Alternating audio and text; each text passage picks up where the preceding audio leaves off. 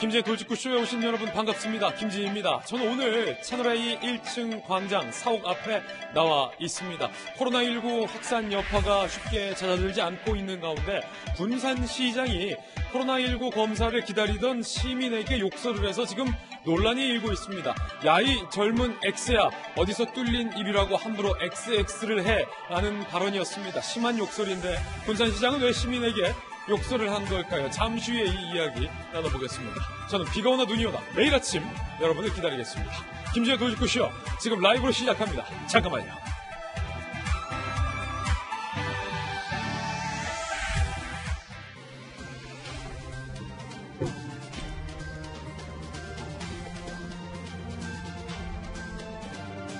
신문 읽어주는 남자입니다. 총선도 얼마 남지 않았습니다. 과연 이번 총선에서 투표율이 얼마가 나올까? 이게 좀 관심입니다. 코로나19로 사회적 격리두기 운동을 하고 있는 가운데 투표소는 괜찮을까? 그리고 자가격리자 숫자가 점점 늘어나고 있는데 이분들 투표장에 어떻게 나올 수 있을까? 여야 모두 투표율에 주목하고 있습니다. 오늘 조간신문 함께 하시죠. 먼저 동아일보입니다.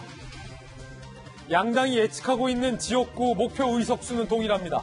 130석 대 130석. 과연 양당 중에 누가 웃게 될지는 이제 13일 후면 알 수 있을 것 같습니다. 총선 D-13 공식 선거운동에 돌입을 했습니다. 이제 공식 선거운동 시작됐다는 거죠. 민주당에선 코로나 사태 국난 극복, 통합당에선 경제난불은 정권 심판, 양당의 메시지는 심플하고 명확합니다. 코로나 민심 그리고 경제난에 대한 현 정권의 인식 때문에 이번 투표는 크게 좌우될 것으로 보입니다. 어느 쪽 국민들이 어떤 선택을 하느냐에 달려 있다는 거죠. 관련해서 총선 투표일 그리고 개표가 시작되는 저녁 개표방송 제가 맡게 된다는 것도 예고로 드리겠습니다. 다음 신문입니다. 경제지 한번 보실까요? 이번엔 한국경제입니다. 세계가 놀란 사재기 없는 한국 5가지가 있다. 사재기는 없지만 5가지가 있다는 거죠. 지금 일단 두 장의 사진 보면 외국과 우리나라 대형 마트에 차이가 확연히 느껴집니다. 미국 등지에서는 이렇게 휴지를 다들 사간다고 해요. 코로나인데 왜 휴지를 이렇게 사가는지 좀 이해가 되지 않는 대목도 있습니다만 휴지가 없다 마트에. 자, 한국의 5가지 비결. 한국경제에 따르면 든든한 생필품 제조 기반, 세계 최강 온라인 쇼핑 시스템. 이게 진짜 최강이에요. 골목골목 뻗은 촘촘한 물류. 로켓맨 있잖아요. 위기에 대한 남다른 면역력, 성숙해진 시민 의식도 한몫했다라고 분석했습니다. 다음 신문입니다. 이번엔 한국일보입니다.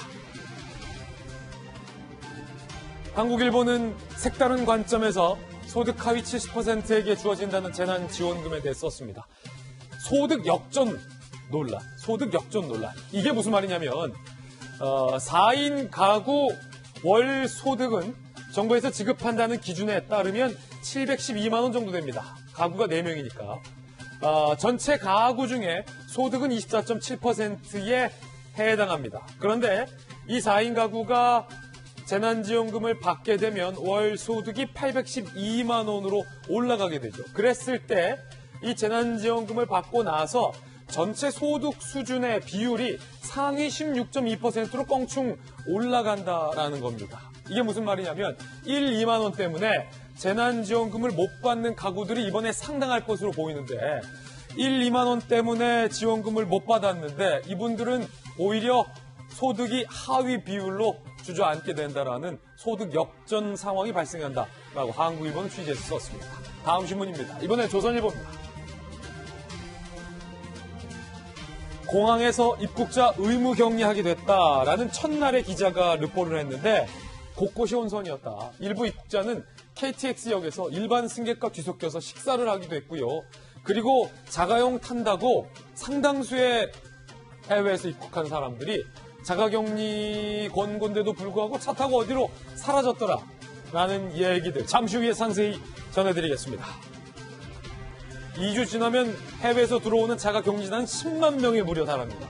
이 10만 명 과연 한 명 한 명 다 관리할 수 있을 것인가 의문입니다. 지금까지 신문 읽어주는 남자였습니다. 네, 오늘 아침 저와 함께 등판한 등판 선수 소개해드리겠습니다. 고려대학교 약학대학교에서 바이러스를 전공하신 코로나19 전문가 돌직구쇼의 김정일 교수님 모셨습니다. 어서 오세요. 그리고 서울시에서 정무부시장님을 역임한 민주당의 김영주 전 의원님 나오셨고요. 고시 3관왕 천재 국회의원 출신의 고승덕 변호사님 나오셨습니다.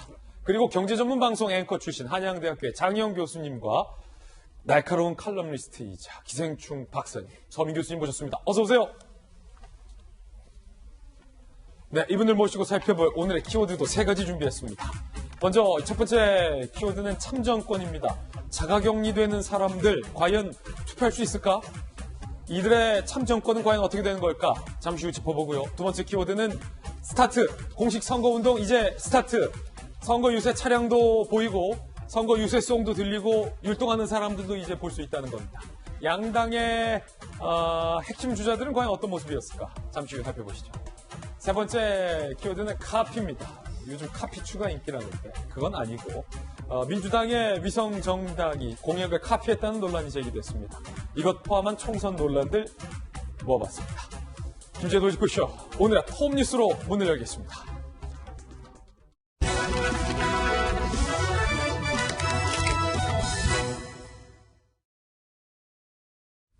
네, 코로나19와 관련된 소식 전해드릴 텐데 이 군산시장이 코로나19 검사를 받기 위해서 1시간 넘게 줄을 섰던 군산 시민에게 욕설을 해서 오늘 논란이 되고 있습니다. 어린 X의 X가 뚫린 입이라고 어디서 XX를 하고 있어.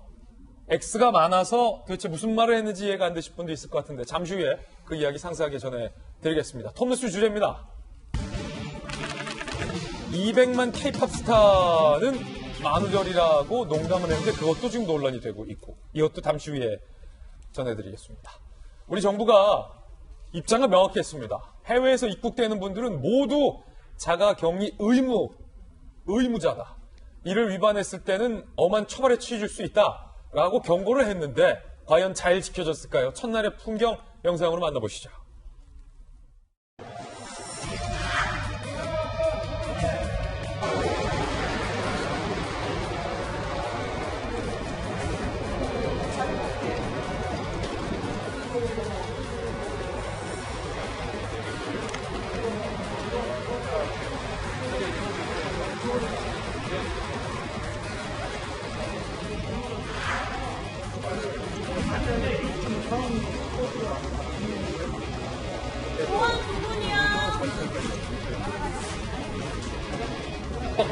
이제 입국 테스트가 확인이 안 되기 때문에 저희가 거기에 맞춰서 준비를 할 수는 없고 만약에 오전 시간대에 도착하셨으니까 버스가 타시면 그분은 어쩔 수 없이 기다리고 있다가 다음 버스 타실 수 있어요. 우리나라 말을 전혀 못 알아요. 그래서 아까 친구분들 한자 써가지고 다 가르쳐 드렸거든요.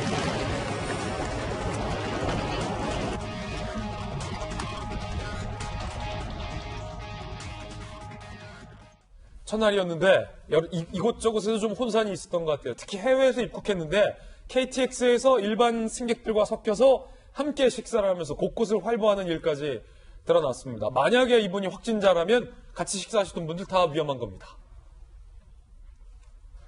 의무격리 첫날 곳곳이 혼선이었다. 인천국제공항 자가용 이용한다라는 입국자는 그대로 입국장을 패스, 자가용 없다는 입국자는 행선지별로 줄 서서 대기했다. 방역요원은 절반 정도가 자가용 이용자라면서 어디론가 사라졌다.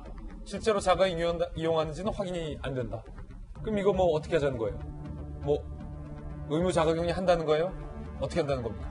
논란이 있고요. KTX 광명역 같은 경우는요. 3, 40분 간격 30명 해외 입국자 하루 500여 명 몰리는데 담당자는 몇 명? 5명. 아 이거 참 하루 500명인데 3, 40분 간격으로 해외 입국자가 몰려드는데 5분이서 어떻게 통제가 될까? 이거 의문이고요. 걱정이고요. 좀 걱정돼서 하는 말이에요.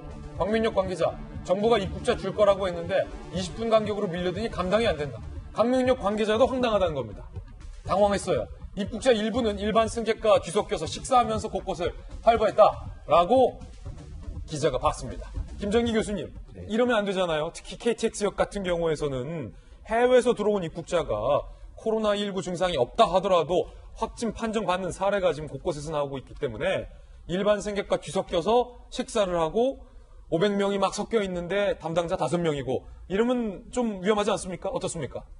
당연히 위험합니다. 정확하게 지금 감염돼 있는지 안 돼 있는지를 확인할 수가 없기 때문에 일단은 잠재적으로는 우리 가 이제 감염됐을 가능성을 염두를 해둬야 되는 거고요. 그리고 코로나19 자체가 우리가 지금까지 아는 것보다는 모르는 게 아직도 더 많고 굉장히 변화무쌍하기 때문에 굉장히 꼼꼼함이 요구되는 방역 시스템이 요구되거든요. 예. 근데 지금 계속 그런 꼼꼼함에 있어서 계속 미스가 있는 것 같아요. 그래서 지금 보는 것처럼 자가용 이용한다고 했는데 그게 확인이 안 되는 그런 모호성하고 그 실제로 여러 가지 면에서 일반 승객들과 뒤섞이는 과정 이런 게 네. 방역의 허점이거든요. 이게 큰 문제를 야기할 가능성이 있고 아까 화면에서 보신 외국인 같은 경우에는 마스크 자체를 안 쓰잖아요. 예. 그러니까 이러한 부분들이 굉장히 조심해야 되는 거고 실제로 자가격리 의무화 조치를 지침을 내린 게 언제인데 아직까지 시스템이 안 갖춰져 있는 거에 대해서 저는 굉장히 의아합니다. 그러니까 어떤 대책을 내놨으면 그거에 맞는 시스템을 갖춰줘야 되는 거거든요. 근데 지금까지도 적절한 인원도 그렇고 대응 인원, 보건당국 인원도 그렇고 예. 시스템도 그렇고 안 갖춰져 있다는 게 굉장히 저는 우려스럽다 이렇게 생각하고 있습니다. 그러니까 사실은 이 입국을 한 이후에 1년의 흐름이에요. 입국을 개방해 놓고 확진자가 해외에서 많아지니까 국내에서 불안감이 높아지고 실제 해외에서 들어온 국내 유입자들의 확진 상황이 많이 되니까 이제 자가격리 전체 의무다라고 해놨는데 정작 아직까지 미흡한 부분이 이렇게 많다라는 것. 여실하게 저희가 팩트만 전해드리고 있고요. 그런가 하면 군산에서는 군산시장님이 코로나19를 검사받기 위해서 1시간 이상 줄을 선 시민에게 시장님이 시민에게 욕설을 해서 논란이 됐습니다. 이거 순서를 잘 들으셔야 됩니다. 시민이 시장에게 욕을 한 게 아니라 시장님이 시민에게 욕설을 했다는 겁니다. 자, 등장인물이 셋 있습니다. 일단 시민 A씨, 그리고 군산시의 보건소와 관련된 직원 B씨, 그러면 군산시장님, 이렇게 3명의 등장인물. 자, 먼저 시민 A씨, 지난달 27일 해외여행 후 코로나19 상담차 군산시 보건소를 전주시민 A씨가 찾았어요. 시민으로서는 잘 모르니까 이렇게 물어볼 수 있어요. 아, 선생님, 제가 그 전주에 사는데 그 군산에서 검사 받아도 되나요? 라고 하니까 모르니까 물어보죠. 직원 B씨는 예, 선생님, 괜찮습니다. 전주 사시지만 군산에서 검사 받으셔도 괜찮습니다. 라고 말하니까 이 시민 A씨는 1시간가량 선별 진료소에서 대기했어요. 그러니까 이 시민 입장에서는 내가 해외에서 들어왔고 나로 인해서 다른 사람에게 옮길지도 모르니까 선제적으로 선별 진료소 가서 확인받겠다. 그리고 자가격리 하겠다. 이런 거거든요. 이런 거잖아요. 1시간 줄을 섰는데 1시간 이후 원래 주소지에 가서 검사 받아야 비용이 면제됩니다. 라고 말을 바꿨다는 거예요. 그러니까 전주로 돌아가라. 이거죠. 그러니까 시민 입장에서는 화가 났던 모양이에요. 아니 그럼 미리 말해주지. 왜 사람을 1시간씩이나 기다리게 하느냐? 라고 항의를 하자 직원 B씨는요. 이 기사에 따르면 아우 그 시장님 와 계시니까 목소리 좀 낮추세요. 저 시장님 와 계신데 지금 어디서 목소리를 높이십니까? 그러니까 시민의 입장에서는 어느 안전이라고 목소리를 높이느냐라고 들었다고 합니다. 사과하지 않고 시장 눈치만 살폈다는 겁니다. 당황한 시민이 차를 타고 보건소에 빠져나와서 집으로 가려는데 귀가하려는데 직원 C씨가 차를 막아서면서 오해 풀자라고 또 가는 차를 막았어요. 그러자 시민 A씨가 정말로 화가 나서 차를 세워두고 시장님이 탔다는 차로 향합니다. 그러면서 이 시민이 시장 얼굴도 모르고 낯짝도 모르는데 왜 시장 하냐 도대체 라고 화를 낸 거예요. 그러자 차에 타있던 강임중 군산시장이 그 시민에게 어린 X의 XX가 어디서 뚫린 X라고 XXX 업계 XX 아냐 라고 말을 한 겁니다. 이 시민은 SNS에 억울함을 호소했고 게시글이 확산되며 논란이 일고 있습니다. 네, 물론 이것은 시민 A씨의 주장에 따라서 일부 신문들이 취재한 기사에 따른 겁니다. 이 기사가 사실이라면 논란이 될 것으로 보이고 강임준 군산시장의 해명이 나오면 저희가 강임준 군산시장 측의 해명도 소개를 해드리겠다는 점 먼저 분명히 하겠습니다. 서민 교수님, 이 기사가 사실이라면 네. 이 시민분의 주장이 사실이라면 코로나19 받으려고 1시간 넘게 주셨다가 군산시장에게 욕먹고 집에 돌아온 거군요. 네, 그렇죠. 그러니까 뭐 어쨌든 1시간을 기다렸는데 검사도 못 받고 이제 가는 상황은 굉장히 화가 나는 상황이지 않습니까?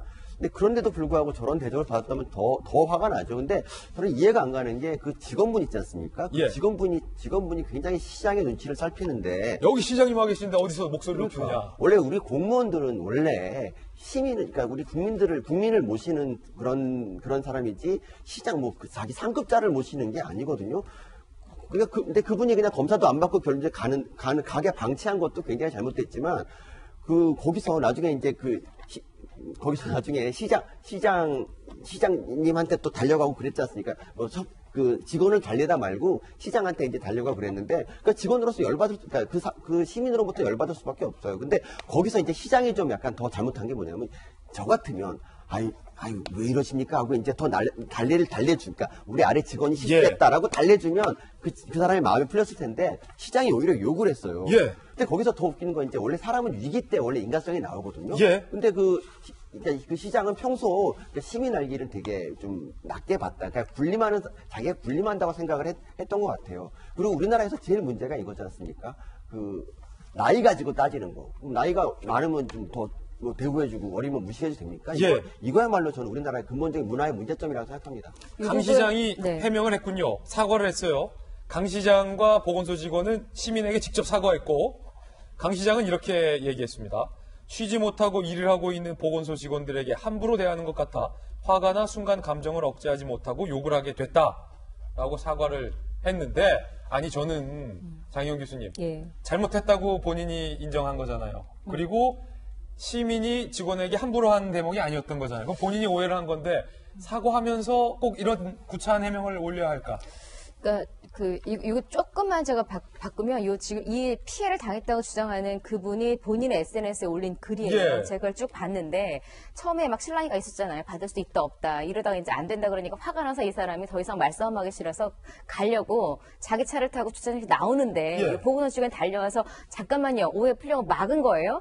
이 다른 사람 차를 왜 막아요? 그래서 막아서 이 사람은 뭐 얘기를 하려나 보다 기다리고 있는데 예. 그때 마침 시장차가 지나가니까 이 직원이 또 이 사람을 세워놓고 오해를 푼다고 세워놓고 다시 또 시장한테 달려간 거예요. 아, 그래요? 그러니까 이 사람은 아니 아까 당한 것도 자기는 억울한데 또 불러 세워놓고 오해 푼다고 해놓고서는 또 역시 시장 먼저 달려가니까 거기다 대고 화를 낸 거예요. 직원한테 나는 시장 비하어를 쓰면서 얼굴도 모르는데 어디서 시장 하느라고 나한테 이러느냐.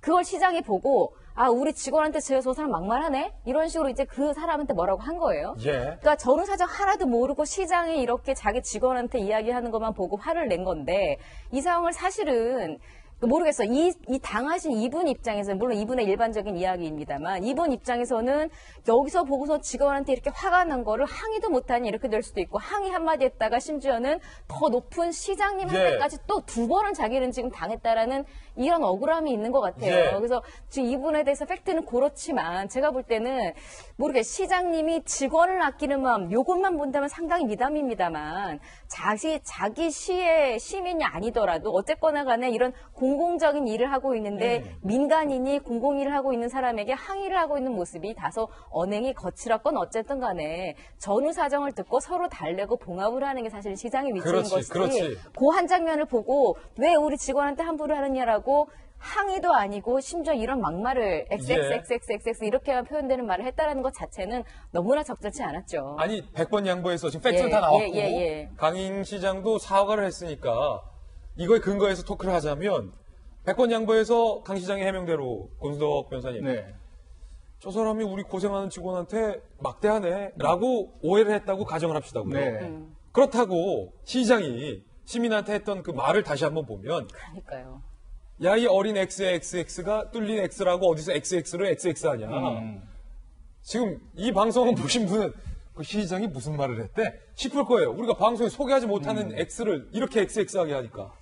저는 자세히 보면 X, 두 번째 X 다 이렇게 무슨 말인가는 좀. 해석하지 마세요. 해석하지 마세요. 느껴는 지는데. 해석하시면 안 돼요. 시장님이 이제 좀 너무 흠이 없는 말씀을 하신 거죠. 그러니까 분명히 100번 사과해도 모자라다고 저는 생각하고요. 네. 다만 한 가지 제가 좀 꼭 정부에 주문하고 싶은 건 뭐냐면 그 검사를 왜 주민등록 주소지 가서 받으라 이 시스템이 이렇게 돼 있냐 이거죠. 이동하는데 감염 우려도 있고 여러 가지 그러는데 그 사람이 있는 곳에서 검사를 받을 수 있도록 이런 시스템이 되고, 그리고 만약에 서로 주머니가 틀려가지고 뭐 군산시하고 전주시가 주머니가 틀리다고 하는 경우는 검사는 여기서 받고 청구만 서로 하면 되는 거예요, 지자체끼리. 왜 이런 시스템을 안 하고 이동해서 주민등록 주소지에 가서 해야지 면제된다고 하는 이 시스템이 정부가 빨리 고쳐주셔야 됩니다, 이거. 김영주 의원님께서 또 서울시 부시장님을 하셨으니까 혹시 부시장님 지내시면서 시민에게 야, 이 어린 엑스야 뭐 이렇게 하신 적 있습니까? 그렇게 해서는 안 되고 그럴 수가 없죠. 예. 다만 이제 이 전북 지역의 정서가 좀 그런 부분이 있는 것 같아요. 그래서 실제적으로 이제 위아래를 보고 이제 그런 건데. 전북 지역이 뭐 다 그렇다는 다 그렇다는 건 아니다. 아니지만. 절대 아니다. 예, 예. 절대 그러니까 이제 아니다. 그 지역에서의 어떤 정서들이 좀 그런 부분, 그게 바람직한 건 아닌데, 실제로 이제 빠른 사과를 하고, 또 방금 우리 고승덕 변호사님 잘 말씀하셨습니다만은, 오히려 전북도 차원에서 지금 이 지역이 군산, 익산, 전주가 거의 붙어 있어요. 붙어 있어요. 맞아요. 그렇기 때문에 지금이라도 군산에서, 전주 시민이 군산에서 하든 익산에서 하든 빨리 하게 하고, 그리고 난 다음에 그 계산을 나중에 도가 정산해 주다든지, 시끼리 서로 주고받는 그런 시스템이 오히려 정말 주민 입장에서 또 이런 재앙들을 줄여나가는 그런 체제가 아닌가 그렇게 생각합니다. 저는 충분히 지금도 빨리 고쳐야 될 지점, 고칠 수 있는 지점이라고 보여집니다. 예, 전북 주민 모두가 다 그렇다는 말씀 아니라는 거 다시 한번 말씀드리고, 그런가 하면 김재중 씨, 한류스타 김재중 씨가 어제 만우절이어서 그랬는지 장난을 했는데 이 장난이 도가 지나치다는 지적이 있습니다. 해외 언론까지 기사를 썼습니다. 보실까요? 도 넘은 만우절 장난, 김재중 씨가 나 코로나 감염됐다, 한 병원에 입원해 있다. 잠시 후 내가 확진 판정 받았다는 글은 만우절 농담인데요 라고 글을 수정했어요. 만우절 농담으로 지나치긴 하지만 짧은 시간 안에 많은 분들이 걱정해 주셨다. 현 시점에 경각심 마음에 새기고 새기자. 이 일로 인한 어떠한 처벌도 달게 받겠다 라고 입장문을 수정해서 올린 겁니다. 김재중 처벌 요구 국민청원도 등장했고요. 뉴욕타임스는 200만 팔로우 K-팝 스타가 코로나19를 거짓말로 그의 팬은 웃지 않았다라고 보도를 했습니다. 부끄러운 일입니다. 그러자 2차 사과문 올리며 재차명을 했습니다. 제 아버지도 얼마 전 폐암 수술을 받으시고 줄곧 병원에 다니셨다. 의료진과 환자들 보니 화나고 남의 일이 아니라는 생각에 피해보신 분들, 행정 업무 지장 받으신 분들께 죄송합니다. 무슨 말이죠 이게? 뭡니까? 폐암 수술 받은 거랑 본인이 코로나19 걸렸다고 거짓말한 거랑 장난친 거랑 이게 무슨 연관성이 있죠? 해명에도 처벌 요구 국민청원은 10,000명이 넘어선 상황입니다. 김정희 교수님, 네. 재중 오빠를 좋아하는 팬들도 이거는 용납할 일은 아닌 것 같아요. 그러니까 아까 신문 읽어주는 남자에서 미국에서 왜 휴지가 신기 현상이냐 물어보셨죠? 그거의 가장 대표적인 이유는 뭐 일설에서는 미국 사람들이 화장지를 많이 쓴다 뭐 이런 얘기도 있는데 그거는 아니고요. 이 처음에 코로나19가 터졌을 때 처음에 마스크의 원료가 휴지랑 똑같다. 맞아요. 이런 가짜 뉴스가 있었어요. 미국에서요? 예. 그러니까 그래서 사람들이 마스크가 없으니까 휴지를 사기 시작하면서 그렇군요. 그게 군중 심리로 작동한 거거든요. 그러니까 지금까지도 그래요. 예. 그러니까 이만큼 가짜 뉴스가 얼마나 무서운지를 보여주는 여실한 예가 그 화장지 풍기 현상이거든요. 근데 지금 이분 이 연예인 팬들이 나중에 저한테 뭐라고 할지는 몰라도 그래도 할 말은 해야 되니까 할만해서 돌직군데. 딱 한마디만 하겠습니다. 이게 처음에는 저는 나이가 어린 줄 알았어요. 그래서 찾아봤거든요, 일부러. 그랬더니 35살이더라고요. 예. 나이가 어리지도 않아요. 도대체 무슨 생각을 하고 사는 사람인지 모르겠어요. 예. 너무 센 발언하신 거 아닙니까? 아니, 진짜로 그렇습니다. 예. 진짜 이거 좀 섣불른 해명을 했으니까. 그게 선민 교수님. 그게 또 젊은 친구들의 지금 인식이라는 그러니까. 것도 보여주는 것 같아요. 아버지가 폐암으로 병원 치료를 받았다라는 해명도 적절치 못하다는 지적이 있어요. 그러니까 뭐든지 갖다 그러니까 변명하다 보면 이렇게 갖다 붙이게 돼 있는데 참 저거 안타까운 게 이번에 이제 정부가 이렇게 말했지 않습니까? 코로나19 가지고 거짓말하면은 뭐 좀 하지 말라 이런 얘기 했지 않습니까? 원래 제가 저희 학교에서 그 교수들 상대로 해마다 만우절 거짓말을 하던 사람인데 아 그래요? 올해는 한번 건너뛰었어요. 왜냐하면 그 가짜뉴스 이런 거 하지 말라니까 그냥 그래서 사람들이 저한테 아쉽다고 그랬는데 근데 좀 대중 스타가 그렇게 한다는 건 정말 어이가 없는 일이죠. 제가 예전에 이런 거짓말도 했었어요. 어떤 거요? 그 제가 고려혈충 걸려서 입원했다. 예. 그런 거짓말 해갖고 저희 고려혈충. 제 블로그에 200만 명이 와서 예. 막 걱정하고 그랬었는데 네. 그때 이제 느낀 게 뭐냐면 거짓말을 하더라도 좀 품위 있는 걸 해야지 품위 있는 거다. 이게 누가 아프다 이런 걸로 거짓말하면 안 되겠구나 네. 그런 생각을 좀 했습니다. 예. 어쨌든 김재중 씨는 사과를 분명히 했다라는 것도 말씀드리고 장영 교수님.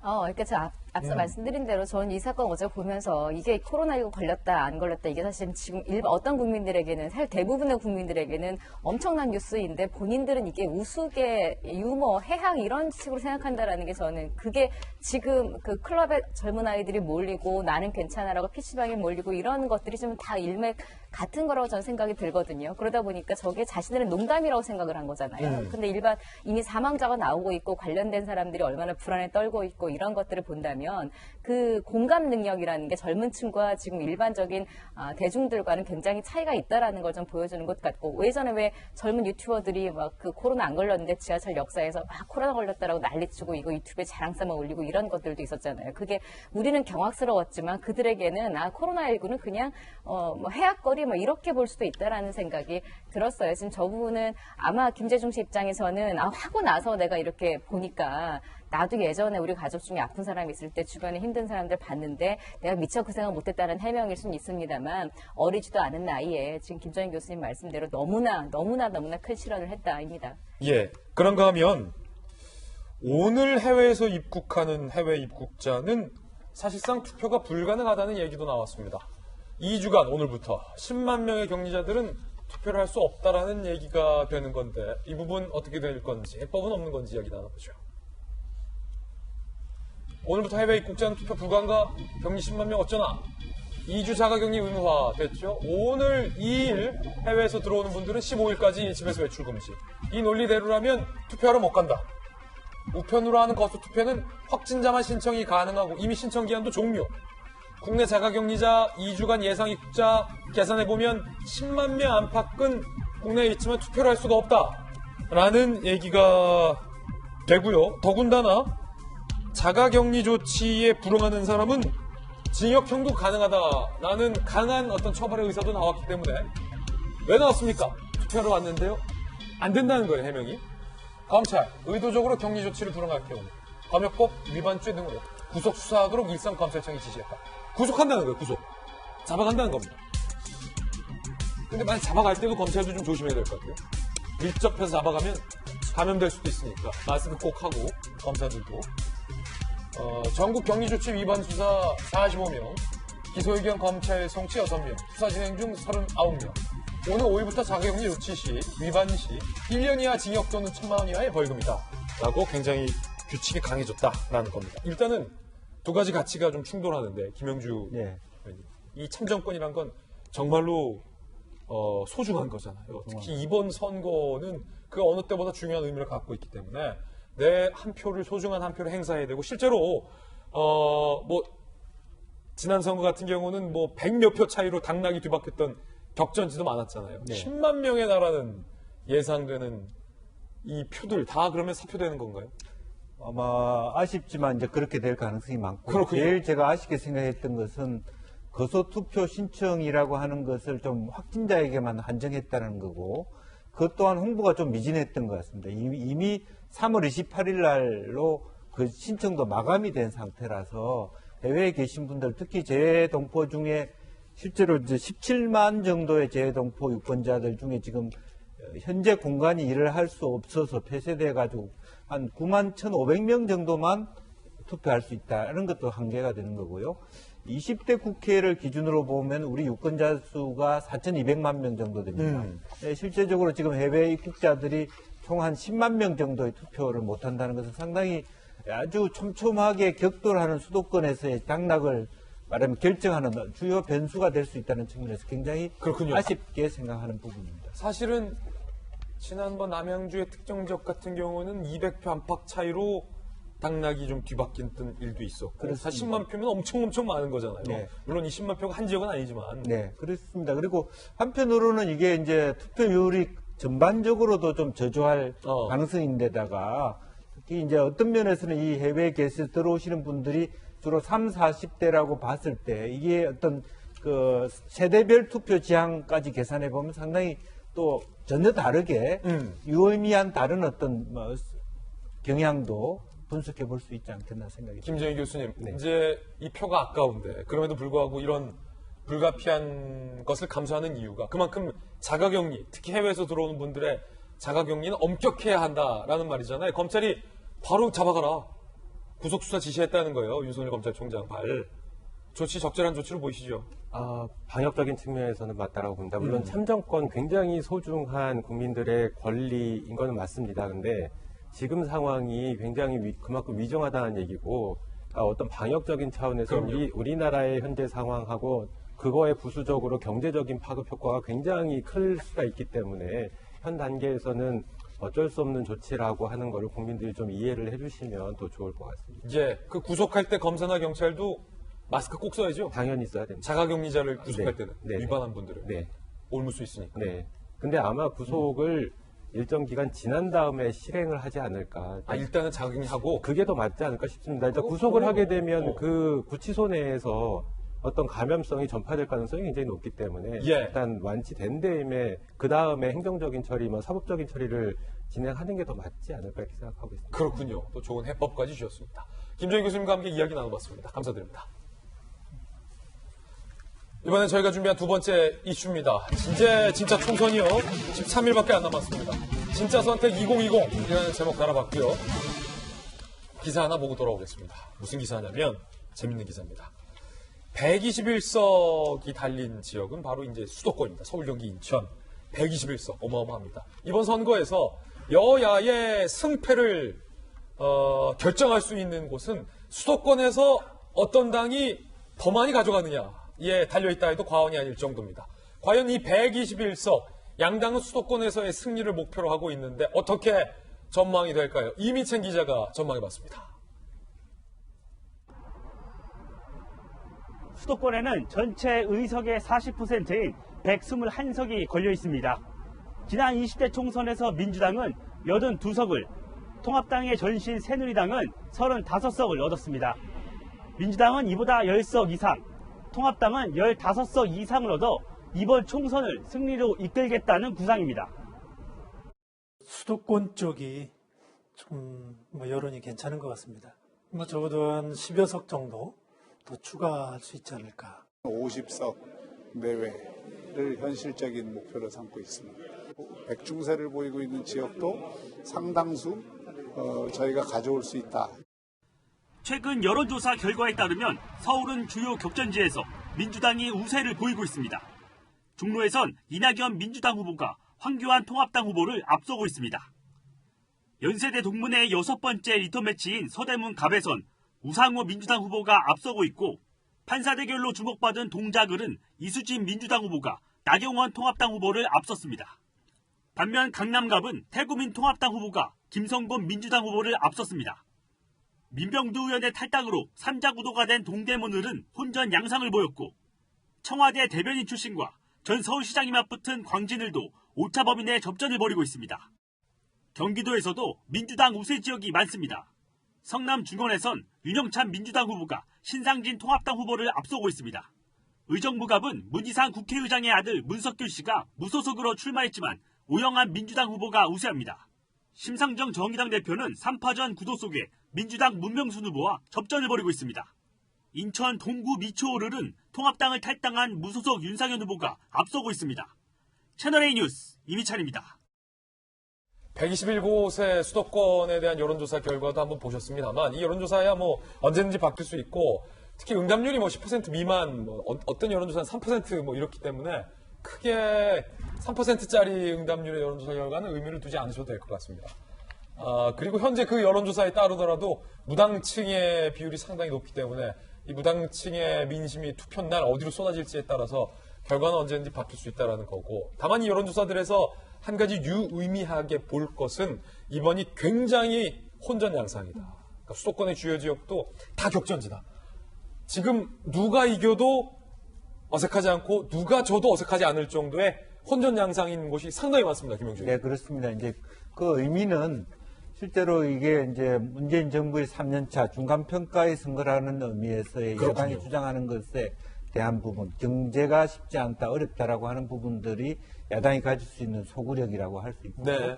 반면에 이제 여당 입장에서 어쨌든 코로나 위기 부분에 대해서 국가 위기에 대하여 예. 대체로 미국을 비롯해서 전 세계 일반 유권자들의 뭐 투표 지향이 여권에 도와줘야 힘을 실어줘야 되지 않느냐 하는 그런 부분들이 하나 있고요. 네. 또 하나는 제가 이제 지난번보다 이번 선거의 독특한 다른 점은 예. 지난 선거까지는 말하자면 물갈이를 많이 할수록 이루었다는 것이 됐지만 이번에는 코로나19 사태로 인해서 오히려 물갈이를 많이 한 당이 오히려 새로운 신인들의 말하자면 지역민들에 대한 표출이라든지 홍보가 미비함으로써 오히려 손해를 보는 그런 어떤 특수한 상황이 있기 때문에 본전 양상으로 될 가능성이 많다 이렇게 보일 수 있습니다. 그렇군요. 예. 지금 한치 앞을 내다볼 수 없는 상황은 분명해 보입니다. 그렇기 때문에 투표율이 평상시보다 좀 낮지 않겠느냐라는 전망이 나오고 주요 격전지가 다 혼전 양상이다.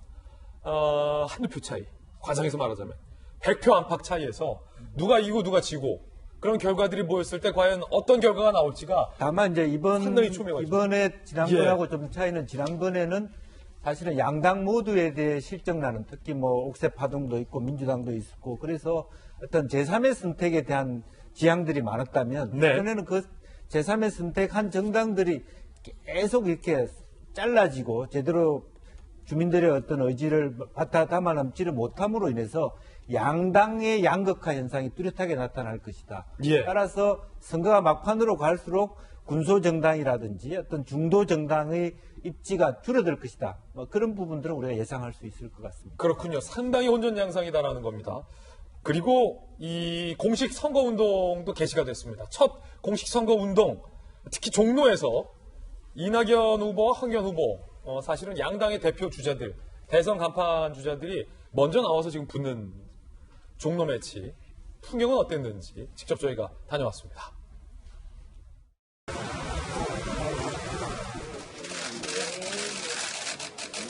많은 유통업체들이 어려움을 겪고 있죠. 희망을 잃지 말자는 메시지를 선거운동 첫날 첫 저의 말씀으로 국민들께 드리고 싶었습니다. 대통령이 이곳에서 일을 하고 있습니다. 종로가 문재인 정권과의 싸움의 제1번지다. 이런 생각을 합니다. 지금 이낙연 후보와 황교안 후보가 찾은 곳이 달랐어요. 고승덕 의원님. 네. 이낙연 후보는 종로의 한 마트를 찾았고 황교안 후보는 이순실 동상 앞, 그러니까 청와대 바로 앞에서 공식 선거 운동을 개시를 했는데 이 장소의 어떤 의미 어떻게 분석하십니까? 사실 이제 종로마트를 선택한 이유는 일단 이제 경제, 민생 경제에 다가간다는 의미가 있고요. 그다음에 이제 지역 주민들에게 다가간다는 그 두 가지 의미가 있는데 광화문 광장을 선택한 건 이제 조국 때문에 작년에 이제 광화문 광장에서 정말 엄청난 인파가 몰리지 않습니까? 예. 그걸 이제 상기하면서 정권 심판론 뭐 여러 가지 이제 그런 걸 이제 내세우는 건데. 네. 근데 조금 적절하지 못한 이유가 작년에 모였던 큰 이유가 그 조국 그 이슈 때문에 모였던 건데 거기서 이제 경제 이야기를 하고 있기 때문에 예. 광화문 광장으로는 조금 안 맞는 그런 분위기는 있었다는 걸 지적할 수밖에 없겠네요. 두 당이, 두 후보가 선택한 어떤 장소적 의미도 분명히 차이가 있다. 네. 그런가 하면 두 후보 모두 공식 선거운동 첫 개시 이래 논란에 휩싸였습니다. 이낙연 후보도 논란이 나왔고 황교안 후보도 논란이 나왔는데 이 후보의 논란거리부터 한번 좀 살펴보시죠. 바로 이건데 이낙연 후보의 부모님의 묘소를 불법으로 조성했다라는 논란이 일었어요. 이낙연 후보 전남 영광군 동생이 소유하고 있는 농지에 양친의 묘소가 마련되어 있는데 이 법상, 현행법상 묘소를 조성할 수 없는 곳이다. 농지에. 그곳에 묘소를 마련했다. 이거 불법이다라는 지적이 나왔습니다. 군청은 아무리 이낙연 후보고 아무리 이낙연 총리의 부모님의 묘소지만 불법은 불법이다. 군청에서는 이거 농지법상 불법이다라고 얘기해서 과태료 100만 원 부과 통보를 내렸습니다. 농지법은 이렇게 돼 있어요. 이낙연 후보는 30년 전 밭에 모신 아버지 묘 옆에 어머니 모시는 일이 문제될 것이라고는 미처 생각지 못했다. 과태료 물고 서둘러 이장하겠다라고 얘기를 했고요. 야당에서는 총리 재임 당시인 2018년에도 묘친 묘를 조성하며 법을 지키지 않았다는 것은 준법 정신을 의식한다라고 지적이 나왔는데 정익진 변호사님 나오셨습니다. 어서 오세요. 이거 농지법상 그냥 동생이 있는 밭에 부모님 모시면 이거 불법인가요? 일단은 법이 두 개가 걸려요. 예. 첫 번째는 농지법, 두 번째가 장사법이라고 그래요. 그렇군요. 장사 등에 관한 법률이 따로 있단 말이에요. 사실관계를 조금만 정리를 해보면 그 아버지가 91년도에 돌아가셨어요. 예. 그런데 그때 땅이 없었다고 그러시더라고요. 땅이 아버지를 모실 만한 땅이 여기밖에 없었다. 그런데 그 땅의 규모는 한 300평 정도고 거기에다가 묘소를 갖다가 조성을 했는데 예. 묘지를 조성했는데 요번에 어머니 돌아가신 것까지 합쳐가지고 한 25평 정도의 그 묘지를 갖다가 조성을 했다 한 거죠. 그래서 제가 궁금했어요. 91년도면은 이낙연 전 총리가 무슨 일을 하고 계셨길래 그렇게 부모님 모실 땅이 없었을까? 보니까 그때 동아일보 기자하고 계셨더라고요. 아, 그렇군요. 그래서 아마 동아일보에서 월급을 많이 안 주셨던 모양이에요. 예. 그래가지고 어쨌든 원래 일반적으로 임야에다가 그 부모님 모시는 경우가 많지 밭에다가 모시는 경우는 사실 없단 말이에요.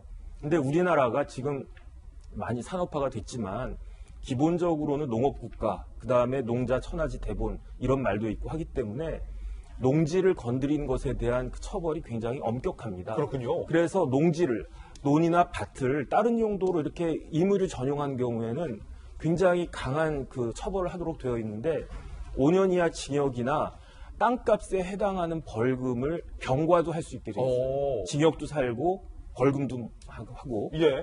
그 다음에 이제 장사법을 갖다 찾아보면은 장사법에 일반적으로 대개 이제 공동묘지라고 하죠. 그런 쪽으로 많이 모시는데 사설묘지가 4가지가 있어요. 예. 이게 개인묘지, 가족묘지, 종중묘지, 그리고 법인묘지가 있는데 이렇게 개인묘지를 할 때에는 사실은 그 규정이 있어요. 예. 묘지를 갖다 내가 돈 많고 하니까 예. 아주 호화롭게 하면 안 된다. 예. 그게 그 규정이 얼마냐면은 33평 정도까지만 할 수 있게끔 되어 있는데 지금 이낙연 전 총리 같은 경우에 2018년에 어머니 모셨을 때는 다 규정은 지켰는데 지키지 않은 규정이 딱 하나가 있어요. 예. 그게 뭐냐면 민가나 학교나 이렇게 공중시설로부터 200m는 떨어져야 된다.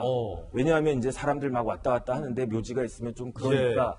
근데 그 규정을 아마 위반이 된 것 같고 그래서 이제 그 군청에서는 영광 군청에서는 이거에 따라 가지고 그걸 위반했을 땐 제가 그 규정을 찾아보니까 300만 원 이하의 과태료인데 그래서 과태료를 이하니까 100만 원을 갖다 부과를 통보한 거고요. 예. 그래서 300만 원, 저 100만 원 과태료는 장사법 위반으로 인한 과태료인 거고 농지법 위반인 경우에는 사실은 이게 형벌이기 때문에 이건 군에서 할 문제가 아니고 검찰에서 수사해가지고 법원에다가 그 형사소송을 제기할 그런 문제인데 그렇게까지 비화될까 일단 그런 생각은 좀 안 들고요. 그렇군요. 어쨌든 이낙연 전 총리가 빨리 이거 이장을 갖다가 해서 법을 갖다 준수하겠다 이렇게 말씀을 하셨으니까 아마 그렇게 하실 것 같습니다. 예. 그 영광군청 입장에서 굉장히 법대로 했네요. 네네. 야, 누구 묘지야? 근데 이낙연 후보 부모님 묘지. 고민도 될 법했는데 과태료 부과해 라고 했고 또 이 후보는 그 이장하겠다라고 입장 밝혔는데 불법은 불법이다라는 거 잘 지적해 주셨고 군산하고 조금 비교가 되지 않나 싶네요. 군사지장님하고 앞서서 또 같이 한 군사지장님을. 그런가 하면 황교안 후보는 발언 때문에 논란이 됐습니다. N번방과 관련해서 이런 말을 했어요. 호기심 등에 의해서 이 방에 들어왔는데 막상 보니까 적절치 않다 싶어서 활동을 그만둔 사람, 이런 사람들에 대해서는 판단이 좀 다를 수 있다고 생각합니다. 다만 전체적으로 오래 이 방에서 들락날락했거나 구체적으로 들락날락한 것이 확인되는 사람들에 대해서는 처벌이 가능하다. 처벌함에 있어서의 엄격한 구분이 필요하다라는 취지의 발언이었는데 표현, 호기심에 들어간 사람의 그 표현에 대해서 논란이 일고 있습니다. 민주당에서는 N번방은 단순 호기심으로 입장할 수 있는 시스템이 아니다. N번방에 대한 기본적 이해도 없다. 심상정, 범죄 소굴에 오래 머문 사람만 처벌하고 잠깐 있었던 사람은 면하게 해주자는 것이 통합당의 입장인가 당장 사과하라. 그리고 국민의당, 공감 능력이 없으면 가만히 있으면 중간이라도 간다. 가해자를 두둔한 공감 능력 제로다라고 각계에서 비판이 나온 상황입니다. 서민 교수님 어떻게 보셨어요? 그 이 N번방이라는 게 이제 어느 정도 뭐 까다로운 절차를 거쳐서 이게 들어오는 거잖아요. 그래서 호기심에 뭐 잠깐 들어왔다 그런 건 적절치 않고요. 그리고 사실 저 황교안 대표 같은 경우는 이제 법률가로 되게 오랜 삶을 살았습니다. 그래서 저 발언도 그러니까 법률가의 발언이죠. 그러니까 뭐 잠깐 뭐 이런 사람은 처벌하기 좀 어렵지 않겠느냐라는 법률적인 판단을 한 건데 저는 이 황교안 대표가 이게 좀 평소에 이렇게 국민들한테 많이 다가서지 못하는 이유 중에 하나가 이 감성을 건드리는 걸 잘 못하는 것 같아요. 그러니까 이 정치는 그러니까 법률과 달리 감정도 굉장히 중요하거든요. 예전에 그 노무현 대통령께서 뭐 내 아내를 버리란 말입니까? 뭐 이런 말 해가지고 많은 감동을 줬듯이 황교안 대표도 너무 법만 내세우지 말고 좀 국민의 감성도 좀 헤아려주는 그런 정치인이 됐으면 좋겠습니다. 예, 장희영 교수님. 전 사실 마지막에 국민의당 부대변인이 공감 능력 없으면 가만히라도 있으면 뭐 중간이라도 간다 이런 이야기 했잖아요. 그 뒷말보다 그 문장은 공감을 좀 해요. 근데 공감력이라는 게 국민들에 대한 공감을 저는 이야기를 하는 건데 예를 들어 이 성범죄에 관해서 이 피해자들 이런 것들을 차치하고라도 지금 국민들의 생각이 어떤지를 안다면 이런 이야기를 꺼내면 안 되죠. 근본적으로 N번방 사건을 제대로 알지 못하고 말하는 건 이것도 물론 문제이지만 그 이후에 국민들의 감정을 생각했을 때는 저렇게 저 정도의 위치에 있는 분이 이거를 법적인 잣대로 그랬는지 아니면 좀 본인의 사적인 생각으로 그랬는지 모르겠습니다만 상당히 적절치 못했다라는 게 저도 동감입니다. 예. 자, 고승덕 의원님, 네. 변호사님이시기도 하시잖아요. 판사님 가셨고, 지금 두 후보가 공교롭게 공식 선거운동 개시되자마자 두 후보 모두 지금 논란에 휩싸인 사안이에요. 네. 이낙연 후보 같은 경우에는 총리가 법을 어겼다. 아무리 사소한 법일지라도 라는 논란. 그리고 황교안 후보 같은 경우는 N번방 사건에 대해서 아예 모르는 건 아니냐라는 논란. 네. 사실 두 분 다 이제 대권 주자급이라고 그래서 지금 막 붙고 있는데, 어떻게 보면 이제 언행을 조심해야지, 두 분 다 제가 볼 때는 능력과 인품 뭐 출중하다고 봅니다. 그런데 요즘 선거가 누가 더 잘하냐 이걸 선택하는 선거보다는 누가 좀 덜 못하냐, 누가 더 나쁜 짓을 했냐 이걸 가지고 이제 선택하다 보니까 조금이라도 이런 것들이 좀 크게 좀 이렇게 보도가 되는 부분이 있고요. 황교안 대표 같은 경우는 호기심 부분이 저는 이제 제가 꼬집나 이런 꼬집는 게 있어요. 뭐냐면 옛날에 이제 검사로서 뭐 이른바 불온서적 단속할 때는 예. 호기심으로 뭐 책을 잠깐 읽거나 방에서 발견된 학생들 경우에는 좀 가볍게 처벌해주는 게 있었어요. 아하. 근데 정작 뭐 주사파라든가 이건 뼛속까지 종북이다 하는 경우에는 좀 처벌이 엄한 게 있었는데 그 불온서적 기준과 이 성범죄 기준이 너무나 다르잖아요. 이건 들어간 사람이 단순히 호기심이 아니라 어떻게 범죄에 대한 참여, 공범의 차원으로 갈 수가 있는 부분인데 그걸 단순히 호기심인 경우는 심지어 공범이라도 괜찮다는 걸로 오해할 수 있는 그런 발언을 했기 때문에 그 부분은 분명히 사죄하는 게 맞다고 봅니다. 이낙연 후보 같은 경우는 농지법을 위반한 부분에 대해서는 사실은 아직 처벌까지는 안 간 건데 네. 정육지 변호사의 말에 따르면 네. 이장한다고 했지만 어쨌든 법을 위반한 거잖아요. 그에 대한 어떤 처벌은 안 이어질 겁니까? 네? 아마 이제 시민단체가 있다 그러면은 틀림없이 보수에서 이제 고발할 만한 그런 사안이죠. 조금 전에 말씀하신 것처럼 장사법에 대한 과태료는 군청에서 부과를 하지만 형사 범죄로서 징역, 벌금 이 부분은 이제 어떤 고발이라든가 이런 게 있어야지만 또 검찰이 움직일 것 같다는 이런 생각을 해보는 거고요. 또 아까 이제 약간 고십성으로 이제 이런 생각이 들어요. 어떤 거요? 대권 주자들은 항상 대통령 될 때 이장을 많이 합니다. 아, 그래요? 명랑자리 있잖아요. 예. 용의날짜리. 그래서 혹시라도 이낙연 총리가 용날짜리라고 해서 이제 좋다 그래서 갔는데 또 이것 때문에 옮긴다 그러면 또 더 좋은 자리를 알아보셔야 되겠네요. 예. 네. 몇 자리는 항상 또 중요하다는 어른들의 말씀도 네. 있으니까 말씀 주셨습니다. 자, 공식 선거일 첫날에 다른 당의 주요 정치인들은 과연 어떻게 보냈을까요? 민생을 도탄에 빠뜨리고 평화는 한 발짝 진전도 없는 이러한 정치 기호 3번 민생당이 헤쳐나가도록 하겠습니다. 이 코로나19 이제 방역은 우리가 잘하고 있는데 민생 위기가 쓰나미처럼 밀려올 것 같아요. 코로나19 노동 위기를 막는 것이 코로나 위기 극복이다. 20% 정당 득표율 목표로 열심히 뛰고 있습니다. 그 결과는 하늘의 뜻, 국민의 뜻 아니겠습니까? 겸허하게 받아들일 겁니다. 전국의 많은 분들을 찾아뵙겠습니다. 보셨는데 이 중에 한 가지 이제 김영주 의원님, 안철수 대표 같은 경우는 공식 선거의 방법이 마라톤을 하셨으니까 국토대 종주라고 해야 되나요? 네. 걷는 건데 예전에도 한번 비슷한 거 했었어요. 백팩 메고 대선 선거 때 뚜벅이, 전국을 걷는 뚜벅이. 네. 근데 지금 공식 선거 운동으로 과연 볼 수 있느냐와 관련된 여러 의문들이 좀 나오고 있는 대목이기도 해요. 네. 이제 그 여러 가지 이제 민생당은 민생당대로, 정의당은 정의당대로, 또 안철수 대표는 안철수 대표대로 뛰는데 그 독특함이 그대로 묻어나 있어요. 안철수 대표는 총선을 뛰고 있는 게 아니라 대선을 뛰고 있는 거예요. 아, 급하지 않다. 네. 나는 이번 선거가 급하지 네. 않다. 그래서 난 그냥 400km. 자기의 그 장기전이다. 예. 라고 하는 마라톤. 아, 마라톤. 그런 부분들이 정확하게 중간에 물도 나오고 먹고. 또 하나는 주변에 같이 다녀서 표될 사람이 아무도 없다. 아, 혼자 뛴다. 네. 그 정의당의 말하자면 심상정 대표 같은 경우는 왜 덕양구에 있는 3호선 차량 기지를 가겠습니까? 자기 선거가 급하다. 아까 그 여론조사 보니까 네. 지금 문명순 사실상 후보하고 거의 박빙 상태예요. 예, 민주당이 심상정 후보를 뭐 단일화를 안 해줬잖아요. 지금 각자 뛰고 있는데 네.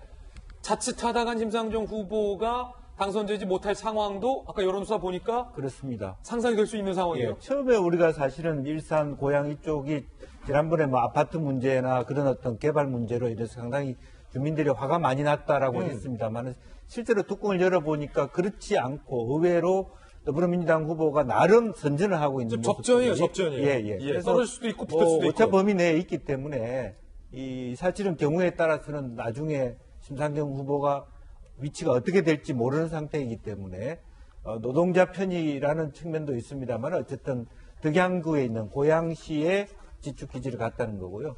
민생당에는 새로움이 없다. 항상 선거 때 가는 곳이에요. 가락시장. 가락시장.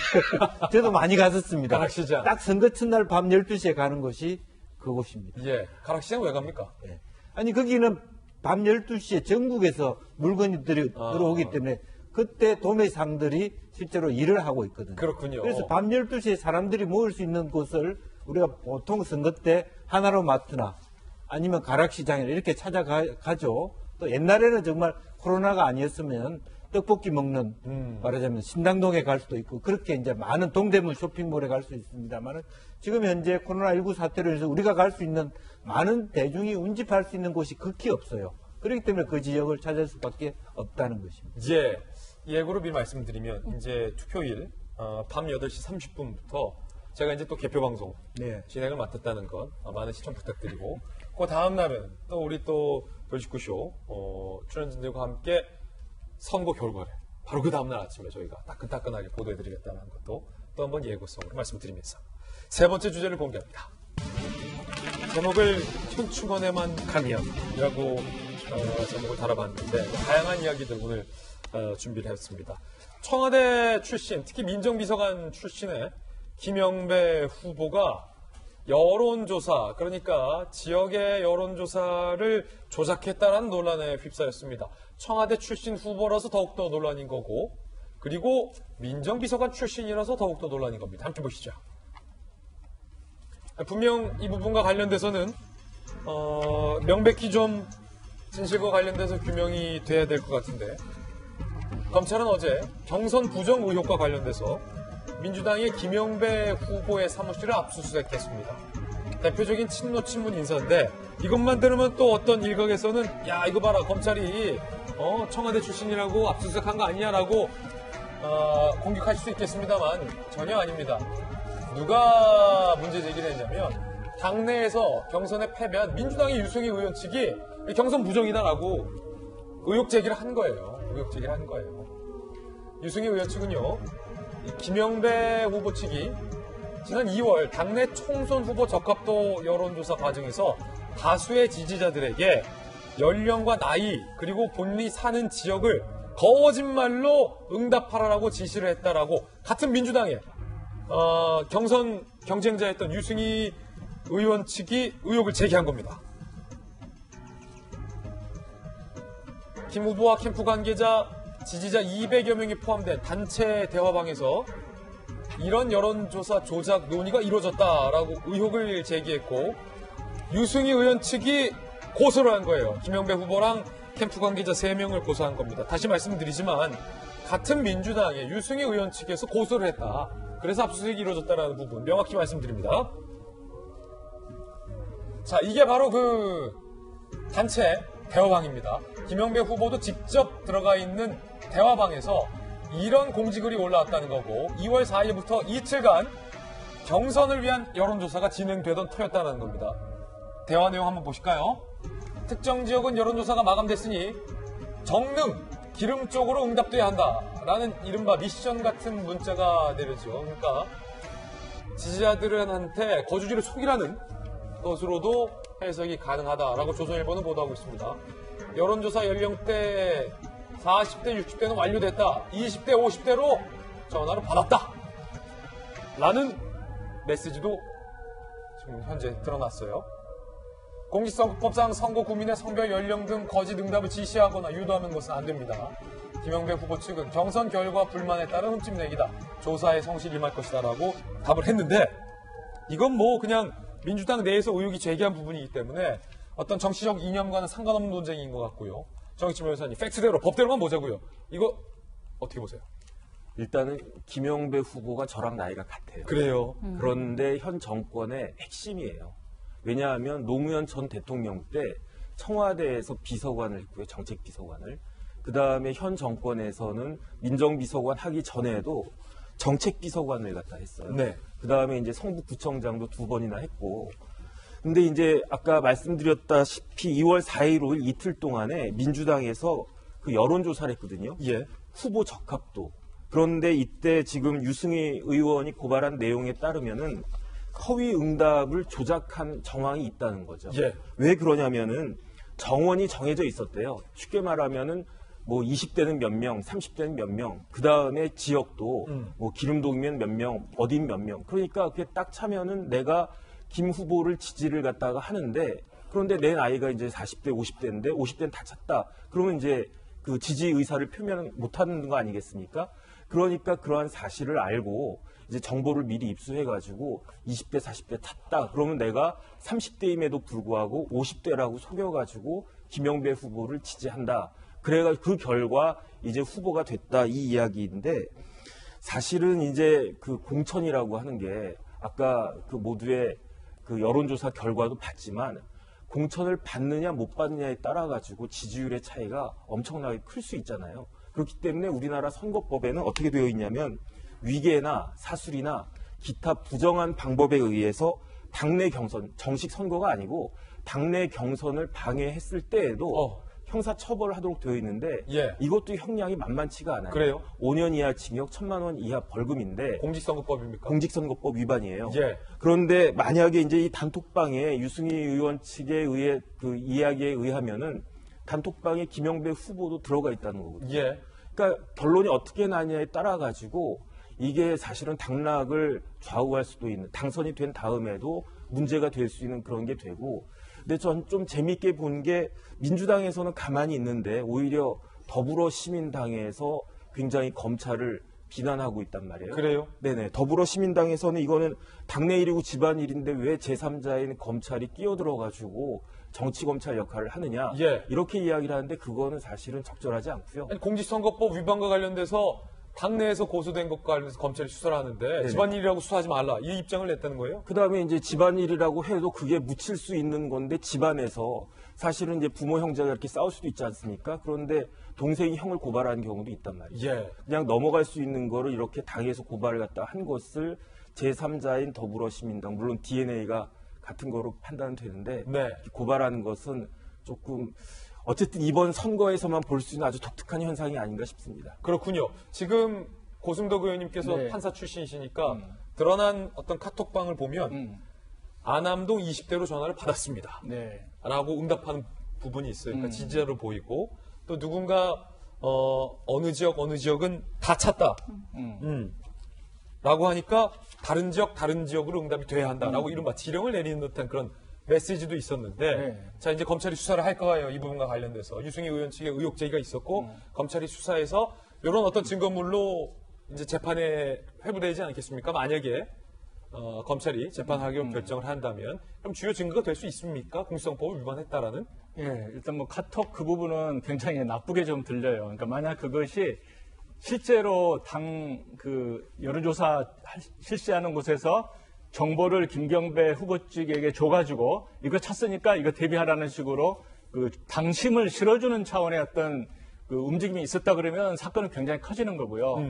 일부 당직자가 개인적으로 김영배 후보를 도와주기 위해서 정보를 빼가지고 주는 경우는 이제 일개 사건으로 끝나는 거거든요. 그렇군요. 그래서 지금 검찰에서 압수수색했다는 것이 김영배 후보 사무실 쪽에서부터 이제 해가지고 증거가 만약에 그럼 누가 가르쳐 줬느냐는 당연히 지금 찾아야 되는 거고 예. 그 사람이 어떻게 보면 조직적으로 했다는 게 만약에 조금이라도 나온다 그러면 이건 단순히 김경배 후보뿐만이 아니라 김영배 그 당심을 실어주는 다른 경선 후보자에게도 만약에 그러한 식의 정보 제공이 있었다고 하는 경우는 사건이 곱하기 N으로 엄청나게 커질 수 있는 그 폭발력이 있는 그런 부분이라고 생각합니다. 이거 잘 모르는 분들 많을 것 같아서 여쭤보는 건데 네. 지금 경선 여론조사 때 20대는 다 찼대, 네. 뭐 안암동은 다 찼대 라는 정보 후보들이 모르는 거예요? 모르죠. 알 수가 없는 거죠. 몰라야 하고. 그러니까 그건 기본적으로 ARS 기계에 돌아가서 이건 기계잖아요. 기계가 물어보고 1번 누르세요, 2번 누르세요 하는 건데 그럼 그 누른 것이 이제 컴퓨터 기록으로 간 그 정보를 지금 빼내줬다는 거거든요. 만약 카톡 내용대로라면. 지금 보니까 특정 지역은 다 찼다. 정릉, 기름 쪽으로 다 팔아. 라는 것을 사실은 후보 캠프에서는 알 수 없는 거다. 알 수 없는 겁니다. 알아서도 안 되고. ARS 기계로 하는 거거든요. 예. 그러니까 컴퓨터 실시간으로 지금 연결이 됐다는 거기 때문에 만약에 이게 정말 사실이라고 가정하게 되면 제가 볼 때는 그 파장은 작지가 않습니다. 김용주 의원님께서 당에 계셨으니까 이 사안 좀 어떻게 보십니까? 다른 가능성도 있습니까? 지금까지 두 분 나왔던 이야기 말고. 크게 두 가지죠. 보통 예. 이제 이런 경우는 있습니다. 내가 여론조사를 받았다는 경우는 우리가 많이 접해요. 나를 지지하는 사람은 오늘 내가 여론조사에 당신 찍었어. 그거는 일반적으로 선거하는데 자유로운 얘기입니다. 그거는 되게 감사한 거죠. 예. 예. 그런데 이제 정말 저렇게 누구는 그 안에 이제 특히 후보들이 여론조사 기관을 몰라요. 예. 여러 군데 있지만. 근데 그걸 누군가에 의해서 알려줘서 거기에서 누군가 정보를 받아서 실시간으로 중계를 했다면 그게 문제가 되는 건데. 더군다나 청와대 민정비서관 출신. 네, 그렇게 문제가 될 것이고 다만 이제 그 단톡방에 어떤 성격이냐, 그 후보의 지지자들만 있는 단톡방이냐, 아니면 그냥 그 지역의 여러 사람들끼리 하는. 그래서 실제 후보와 말하자면 관련된 사람들이 얼마나 이게 강제적으로 또 조직적으로 했느냐가 아마 관건이고 그렇군요. 후보가 저 카톡방에서 어느 정도 열심히 활동을 했는가도 아마 이제 나중에 판결하는 과정에서 판사가 유념해서 볼 부분이 아닌가 싶습니다. 중요한 부분 지적 주셨습니다. 아직 뭐 단정할 수 있는 사안은 절대 아니라는 거 다시 한번 말씀드리고 일단은 저 단톡방의 성격이 김영배 후보의 뭐 캠프의 어떤 싱크탱크인지 아닌지도 규명이 돼야 할 부분이고 그렇죠? 그렇죠. 그리고 김 후보가 저기서 어떤 역할을 했는지도 규명이 돼야 할 부분이고 그리고 저 정보들 어느 지역에 찼다라는 게 과연 신빙성 있는 정보인지 아닌지 그냥 풍문인지 아닌지에 대한 부분도 입증이 돼야 할 부분이다. 아직 입증돼야 될 부분이 많기 때문에 이렇다 뭐 단정해서 안 될 단계라는 것 거듭 말씀드립니다. 어찌됐든 민정비서관 청와대 출신 김영배 후보의 현재 논란인 건 좀 분명해 보여요. 성민 교수님. 네. 원래 이제 경선이 공정하지 않다는 그런 루머는 굉장히 많이 있었지 않습니까? 근데 저렇게 증거가 나오면 그럼 다른 경선은 공정한가 이런 생각도 좀 들게 해주고요. 그리고 요즘 시대는 이 카톡 메시지가 이제 거의 뭐 아주 범죄를 입증하는 가장 많은 증거가 될 때가 많아요. 예를 들면 버니선 게이트 같은 경우도 카톡 메시지들이 되게 이제 많이 일파만 퍼져나가면서 문제가 됐는데 이 카톡으로 범죄를 저지르시는 분들은 좀 한번 생각을 해보시면 좋겠습니다. 이게 나중에 이제 자기를 올가매는 그런 증거가 될 수 있다는 거 꼭 명심하시고요. 저도 포인트는 그건 것 같아요. 이번 이렇게 의혹으로 인해서 다른 민주당 경선들도 물론 여론조사가 어느 정도 비중을 차지하잖아요. 그러니까 다른 민주당 경선에서도 떨어지고 분명히 누군가 이기고 누군가 떨어졌는데 거기에도 혹시나 이런 조작이나 이런 것들이 들어가서 그게 경선 결과에 영향을 미쳤다라면 이건 좀 큰 문제인 거죠. 그런가 하면 더불어시민당이 공약을 한 번 더 철회했습니다. 앞서 한 직원의 실수라며 더불어시민당이 제출했던 공약이 군사분계선을 후방으로 미룬다 등의 다소 황당한 공약과 관련해서 한 번 철회가 있었는데 다시 공약이 철회된 겁니다. 이번에는 부처 복사 붙여넣기 했다라는 논란입니다. 더불어시민당이 어제 10대 공약을 새로 제출했어요. 이번엔 민주당의 10대 공약과 내용 순서가 다 똑같아서 논란이다. 3시간 만에 또 철회를 했어요. 벌써 공약을 2번 철회한 겁니다. 얼마나 비슷한지 함께 보시죠. 목표 이행 방법 등 세부 사항까지 일치하고 언뜻 보면 지금 로고까지 색깔까지 비슷해서 민주 시민 글자만 차이가 난다라는 수준의 상당히 일치하는 부분. 거의 복사 붙여넣기라는 지적이 나오고 있는 대목이에요. 더불어시민당에서는요, 민주당과 공조한다는 것 정책으로 보여주자는 의견 나온 사이 실무진이 도대체 더불어시민당의 실무진은 몇 번을 실수를 하는지 모르겠습니다. 실무진의 실수다라는 해명이 또 나온 상황입니다. 정익진 변호사님, 지난번 한번 더불어시민당이 그 공약 철회했을 때도 굉장히 황당한 공약들, 군사분 개선을 후방으로 미룬다, 뭐 한 가구당 60만 원씩 매달 주겠다. 그때도 실무진 실수 아니었나요? 일단 당명이 더불어니까 같이 공약도 같이 하는 거 아닌가 싶은 생각이 들고요. 그다음에 이제 저도 좀 나이가 들어가지고 제 밑에 이제 이런저런 저 도와주는 사람들이 있는데 일을 하다 보면 당연히 실수를 하죠. 그런데 제가 뭐 밑에 있을 때도 그랬지만 제일 그 보기가 안 좋은 게 그런 일이 있으면 사실 윗사람이 책임을 지는 거죠. 책임지라고 윗사람이 있는 거지 책임을 다 전가하라고 실무진한테 전가하라고 하면 그럼 높은 사람이 있을 필요가 없는 거거든요. 그러니까 잘못한 건 잘못한 거고 우리가 뭐 급조돼가지고 뭐 시간이 부족했다 이런 식으로 이야기하고 어쨌든 그 위에서 그러니까 우리가 조금 더 노력하겠다 이러면 될 거를 실무진한테 저렇게 자꾸 이렇게 그 전가시키니까 사실은 보기가 더 안 좋은 것 같아요. 예, 장윤 교수님. 전 지금 이거 아무 의미 없는 것 같아요. 베꼈건 안 베꼈건 뭐 수정을 했건 그대로 가건 어차피 총선 끝나고 다 합할 거라면서요. 근데 뭐 공약이 다르든 똑같든 그게 무슨 의미가 있을까 싶고 지금 나 뭐 나름대로는 뭐 선거법을 지킨다고 지금 이런저런 이야기를 하고 있는 것 같은데 그 자체가 조금 우스워요. 그러니까 뭐 국민을 이게 우롱하는 거니 어쩌니 이런 이야기 나옵니다만 지금 위성정당 만든 것 자체가 사실은 국민을 우롱한 거기 때문에 저는 이런 실수가 2번이건 3번이건 뭐 충격적이지도 않고 그다지 여기 대해서 화가 나지도 않고 좀 덤덤한 기분이 있고 심지어는 지금 같이 시민당에 참여하고 있는 시대전환 이원재 전 대표 같은 경우에는 이게 실수가 아니라 원래 이런 공약이 또 있다 또 이렇게 지금 같이 말을 해놓은 상태거든요. 그래요? 그러니까 같은 지금 내부 사람들 뭐 같은 뭐 편이라고 해야 될지 모르겠습니다만 그렇게도 막 말이 바뀌는 과정에서 이걸 가지고 지금 누구 얘기 듣고 이야기하고 누구 얘기 듣고 이야기하는 것 자체가 참 무의미하다. 저 이런 자괴감까지 좀 듭니다. 예, 이 공약 얘기 나와서 다른 군소정당들의 굉장히 이색 공약도 화제가 되고 있습니다. 이 이색 공약이라고 해야 할지 황당 공약이라고 해야 할지 함께 보시죠. 일단은 거대 양당에 도전한다 군소정당들이 야심차게 공약을 내놨습니다. 일단 우리 공화당 김정은의 정권 교체. 이 공약 중에서 굉장히 포부가 있는 공약이에요. 우리 공화당이 집권하면 김정은의 정권을 교체하겠다. 방법은 얘기 나오지 않았습니다만 어떻게 정권을 교체할지 궁금하고요. 민중당 같은 경우는 서울대를 폐지하겠다. 또 이 포부 있게 나왔어요. 국공립대 통합 네트워크를 구축하겠다. 민중당. 그리고 혁명배당금당에서는 결혼수당을 1억을 지급하겠다. 굉장히 파격적 공약 내놨고요.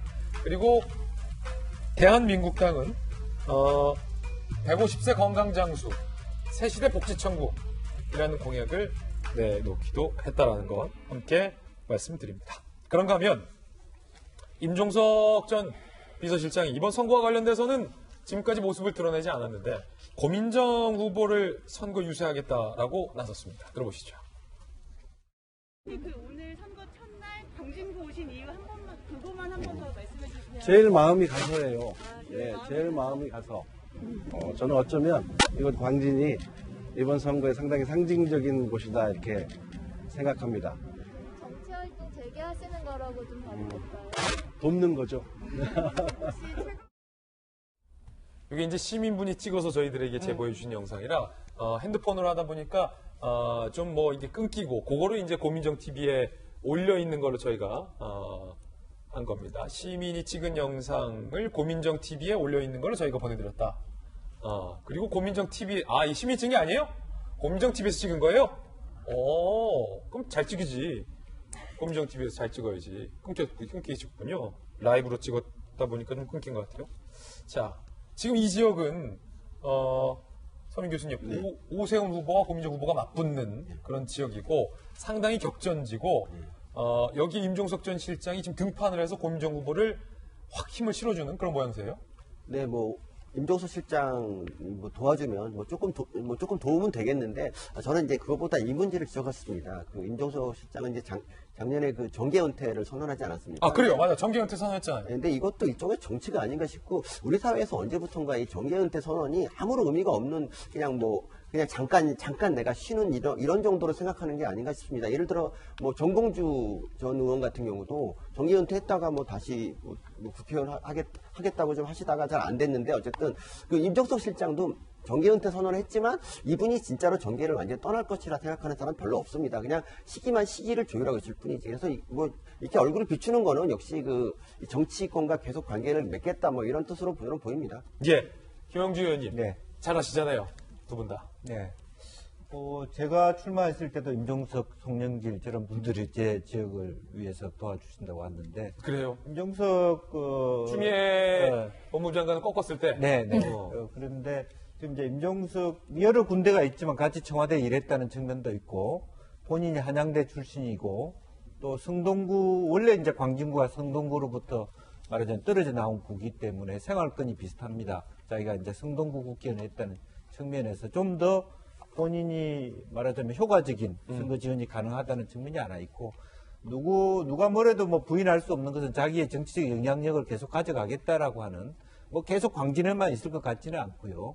또 한편으로 유승민 전 대표도 마찬가지로 자기의 어떤 정치적 영향력을 유지하기 위한 활동은 이 총선 기간 동안은 여러 군데를 통해서 계속하지 않을까 그렇게 생각이 듭니다. 그렇군요. 지금 고민정 후보에 대해서 얘기가 나왔기 때문에 사실은 같은 후보인 같은 지역에서 뛰고 있는 오세훈 후보 이야기도 좀 곁들여야 될 것 같은데 해드려야 될 것 같은데 사실은 고승덕 의원님 오세훈 후보가 곤란한 일을 지금까지 겪어왔잖아요. 네. 이른바 친북단체 대진년 회원들이 오세훈 후보가 유세를 하는 오프라인 유세장에 몰려가서 회방 놓고 온라인으로도 또 몰려가서 회방 놓고 그러다 보니까 오세훈 후보가 지난번에 그 경찰서에 항의 방문을 하느라 오프라인 선거 유세를 중단했던 적도 있어요. 요즘 보니까 다시 그 옆에 광진을, 광진갑. 오세훈 시장 같은 경우는 이제 뭐 대선 잠룡급이다 돼서 만약에 이제 그 살아서 죄송합니다. 당선돼가지고 그 당에 들어가는 경우에는 살아서 들어가는 거죠. 예. 그런 경우는 이제 상당히 그 당 대표급의 또 파급력, 그 후보군에 또 급부상할 수도 있는 그런 부분들인데 반대로 떨어지면 죽는 거고. 네. 근데 의외로 선거 과정에서 뭐 코로나 때문에 굉장히 그 선거운동 로봇하고 조용하잖아요. 서로 이제 자기 이름을 내기도 힘들고 그러다가 대진년 이 대학생 이분들이 너무 이렇게 막 뒤에서 이렇게 그 뭐 방해 비슷하게 하는 바람에 오세훈 후보가 조용히 있을 오세훈 후보가 지금 홍보가 돼가지고 조금 오히려 득을 보는 측면도 있거든요. 아, 그래요? 오히려 네. 도움이 되는 측면도 있다? 그렇죠. 왜냐하면 고민정, 오세훈 이렇게 같이 놓고 오면은 두 분 다 이렇게 홍보가 되는데 대진년, 오세훈 그러면 국민들이 대진년에 대해서 별로 호감을 갖지는 않을 거예요. 왜냐하면 이제 그쪽 좀 치우친 진보 단체이기 때문에. 그래서 결국은 이제 조용히 있어야 되는 오세훈 후보에게 좀 득이 됐다, 뭐 이런 평가가 나올 수도 있을 것 같습니다. 그렇군요. 두 분의 여론조사 상당히 지금 경합하고 있기 때문에 누가 이길지 요 지역 상당한 격전지다. 이거는 총선 날 8시 30분 제가 진행하는 개표 방송에서 그 결과가 나올 수도 있다는 것 궁금하죠? 궁금합니다. 그 개표 방송의 결과가 안 나올 수 있다는 것. 예. 다른 그리고 데는 나도 광진갑에 전해숙 후보도 있다. 광진갑에 전해숙 후보도 있다. 예. 예. 선거법상 반드시 말해야 돼요. 그렇습니다. 있다라는 거 말씀드리겠습니다. 자, 그런가 하면 김종인 총괄 선대위원장도 이제 공개적인 활동을 시작했습니다. 정치판사, 묘한 장관, 특유의 시니컬한 강도 높은 비판들이 나왔습니다. 들어보시죠. 정치적인 판사들이 어느 날 갑자기 정치를 하겠다고 좀 출마를 하는 작년 8월서부터 시작돼 가지고서 어떤 묘한 인간을 법무장관으로 임명하면서 국민들이 너무나 뼈저리게 느꼈습니다. 이 정부가 가지고 있는 것이 뭐냐? 국가 경영의 능력도 없고 또 염치가 없어요. 무능에다가 무치에다가 무법이다고 하는 이런 산무정권을 갖다가 유권자들이 너무나 잘 인식하고 있기 때문에 정익진 변호사님, 저 발언, 김종인 선대위원장의 저 발언이 나온 장소가 주목해 볼 필요가 있는데 네네. 나경원 후보의 선거 사무실인데 네네. 이 지역은 나경원 후보와 또 판사 출신인 이수진 후보가 맞붙는 지역이잖아요. 네네. 그런데 저 지역에 가서 김종인 선대위원장이 정치 판사들을 갑자기 출마했다. 그러니까 이수진 후보를 상대 후보를 겨냥하고 그리고 조국 전 장관을 겨냥해서 묘한 인간을 장관에 임명했다고 했어요. 일단 고승덕 변호사님은 광진에 살고 계셨다고 하셨지만 저는 동작구에 있는 학교를 졸업을 했거든요. 그렇군요. 네네. 사실은 미래통합당에서는 지금 좀 당황하고 있는 것 같아요. 그래요? 왜냐하면 처음에 이수진 그 전 판사가 후보가 됐을 때 나경원 의원이 좀 쉽게 가지 않을까라는 이야기가 많이 돌았었거든요. 그런데 지금 이제 지지도가 생각과 달리 나오니까 그러니까 아마 이제 김종인 위원장이 직접 가가지고 이런저런 말씀을 하신 것 같은데 힘을 실어주는 거다. 근데 사실은 이제 이수진 판사가 나경원 그 의원의 대학교도 후배고 판사도 후배고 하지만 다른 건 몰라도 정치적인 경력에 있어서는 한참 미치지 못한단 말이에요. 그런데 이제 이수진 판사가 주목을 받게 된 게 양승태 대법원에 의해 가지고 핍박을 받았다. 이런 이야기가 그 어떻게 보면 포인트였는데 근데 지금 재판 과정에서 여러 가지 증언을 통해서 드러난 걸 보니까 그거 아니지 않느냐 그런 이야기가 나오니까 김종인 위원장 입장에서는 이 부분을 공격하고 공략하지 않을 수 없었다라는 게 제 생각이고요. 그 다음에 이제 조국 전 장관 같은 경우는 나경원 의원하고 사실은 대학교과 동기잖아요. 그러니까 나경원 의원 딱 생각하면은 조국 장관이 당연히 생각이 났었을 것 같아요. 그래가지고 뭐 양념 삼아서 이 말씀까지 하셨던 것이 아닌가 싶은데 어쨌든 지금 이번 선거에 가장 주목할 만한 지역구가 동작을이 된 것 같다는 생각을 제가 나온 학교가 위치하고 있기 때문에 저는 개인적으로 하고 있습니다. 이 지역 동작을에 대한 어떤 그 투표 결과도 많은 사람들이 좀 주목을 하고 있다라는 말씀 드리면서 김종인 대표, 김종인 위원장 그리고 황교안 후보에 대한 영상도 해프닝 영상도 지금 회자되고 있는 것 같아요. 함께 보시죠. 멈춰서 국회량 정례를 하셨습니다. 왼쪽에 있는 국기를 해주시기 바랍니다. 국기되어 정례.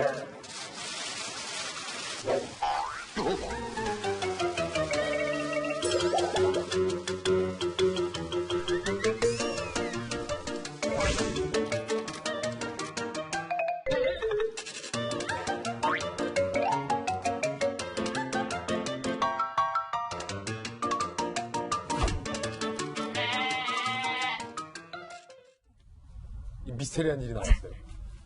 국회에 대한 경례를 하다가 황교안 후보가 명규현이 하다가 이렇게 목례를 했어요.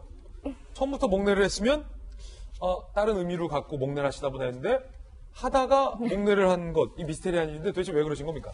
그만큼 생각이 많으시다. 예. 그렇게 봐야 되겠죠. 여러 가지 본인이 현재 지역구에서의 어떤 지지율이라든지 그런 것들, 또 당의 문제라든지 이런 부분들이 또 하필 왜 현충 원장은 그때 또 목례를 또 해가지고 옆사람들. 이 앞에서 현충 원장이 목례를 했어요? 네. 따라서 그래서 사실은 현충원에 가면 우리가 사실은 현충 원장의 지도를 따라서 사실 눈치껏 같이 하게 되거든요. 그러면은 현충 원장이 목례를 하는 바람에 황교안 후보도 그러니까 황교안 후보 하니까 황교안 후보 같이 하니까 김종인 대표도 같이 동시에 하는 옆에 잘린 오른쪽 부분에 현충 원장이 지금 같이 목례하고 있는 거예요. 이거 그럼 자르면 안 되겠네, 이 그림. 현충 원장 목례하는 것도 같이 보여줘야지. 그래서 이게 도미노 이렇게 현상. 그런 것들이 잠시 생겼는데. 나머지 다 목례하는 거군요. 이제 그런 부분에 대하여 사실은 저는 이제 아까 그럼에도 불구하고 본인이 정신을 바짝 차려야 되는 정신이 굉장히 산란해 있다라는 측면이 좀 눈에 들어오는. 사실은 이 국기에 대한 경례에 대한 그 규정을 보면 뭐 특이한 상황이 아니면은 가슴에 경례를 하는 게 맞잖아요. 군인 같은 경우는 이제 거수 경례를 하는 거고 국기에 대한 목례는 없단 말이에요. 근데 이제 본인은 내가 그만큼 더 뭐 굳이 해석을 한다면 나라에 대한 애국심이 그만큼 더 투철하다. 이런 걸 보일 수도 있죠. 그냥 제대로 못 들었을 거예요. 그냥 현충 원장이 현충 원장이 잘못한 거예요. 네, 결국 이제 현충원에서도 그 잘못을 시인을 했습니다.